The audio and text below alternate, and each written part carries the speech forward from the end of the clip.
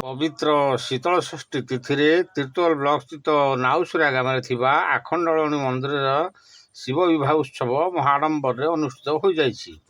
पूर्वाह्न 9 घटिका समय प्रभु श्री आखंडलमणि चलती प्रतिमा चंद्रशेखर को ग्राम्य परिक्रमा करने पर आखंडलमणि पीठरे थिबा पार्वती मंदिर में पहुंची।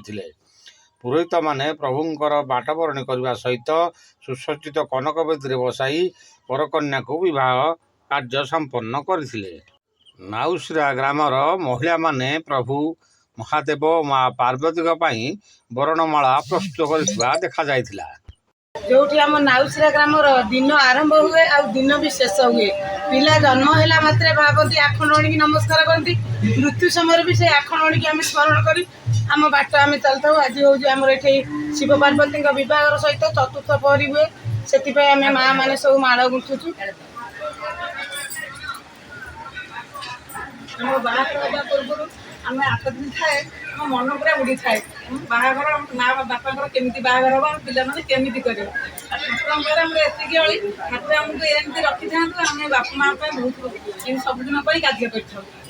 बर पिता भावे गोविंदपुर ग्राम पंचायत पाउंसरा ग्रामर विपिन बिहारी बारिक और कन्या पिता भावे हंसुरा ग्राम पंचायत खोसालपुर निवासी सुधाकर स्वाई दायित्व संपन्न करथिले।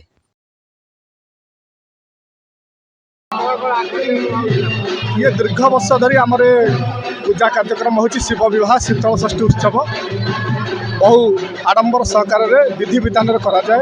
आज सकाल 8टार आम प्रभु को गाँ परिक्रमा कर 4 खंडे गाँ परिक्रमा करी बाजा बाण रोषणी भेरी तुरी नहीं प्रभु द्वारा लोक प्राय 500 रु ऊर्ध्व लोक जाते बुलिक बर्तमान विभाग कार्य चली प्रसाद सेवन चली।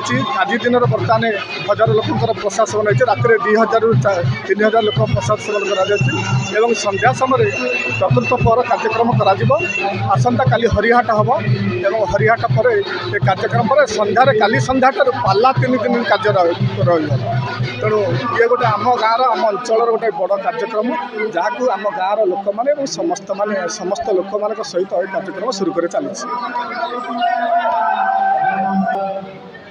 आज ये पवित्र शीतल षष्ठी अवसर रे एठी आमर आखंडलमणि मंदिर प्रांगण रे ये जो शिव विवाह शिव पार्वती विवाह अनुष्ठित होउची।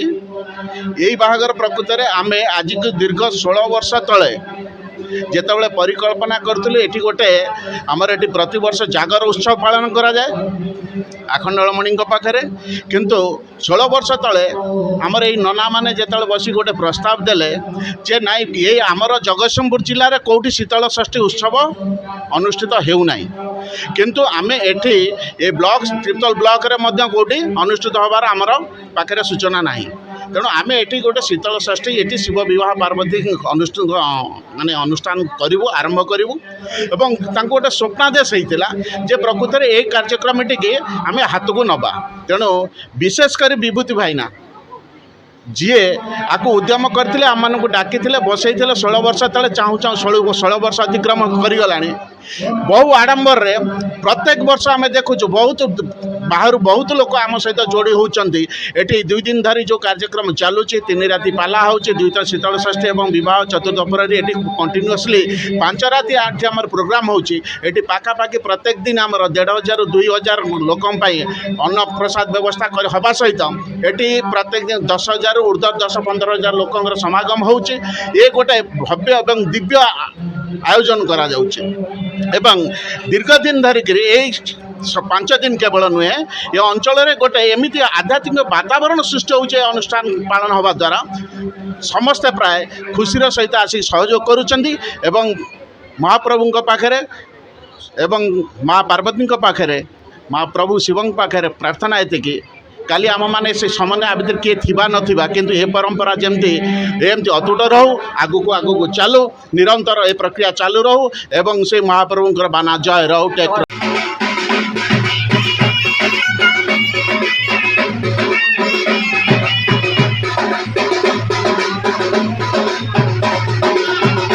ତିର୍ତ୍ତୋଲ ଅଞ୍ଚଳରେ ଅନୁଷ୍ଠିତ ହେଉଥିବା ଏହି ବିରଳ ଶିବ ବିବାହ ଦେଖିବା ପାଇଁ ଆଖପାଖ ଅଞ୍ଚଳରୁ ଶତାଧିକ ବ୍ୟକ୍ତି ଏହି ଶିବ ବିବାହ ଉତ୍ସବରେ ଯୋଗ ଦେଇଥିଲେ ଏବଂ ଏମାନଙ୍କ ପାଇଁ ପ୍ରସାଦ ସେବନର ବ୍ୟବସ୍ଥା ମଧ୍ୟ କରାଯାଇଥିଲା। ଭୋଜି ଖାଇ ସମସ୍ତେ ମହାଦେବଙ୍କୁ ପ୍ରଣାମ ଓ ମା ପାର୍ବତୀଙ୍କୁ ପ୍ରଣାମ କରି ନିଜର ଆଶୀଷ ମାଗିଥିଲେ। Bureau report, news plus Odia.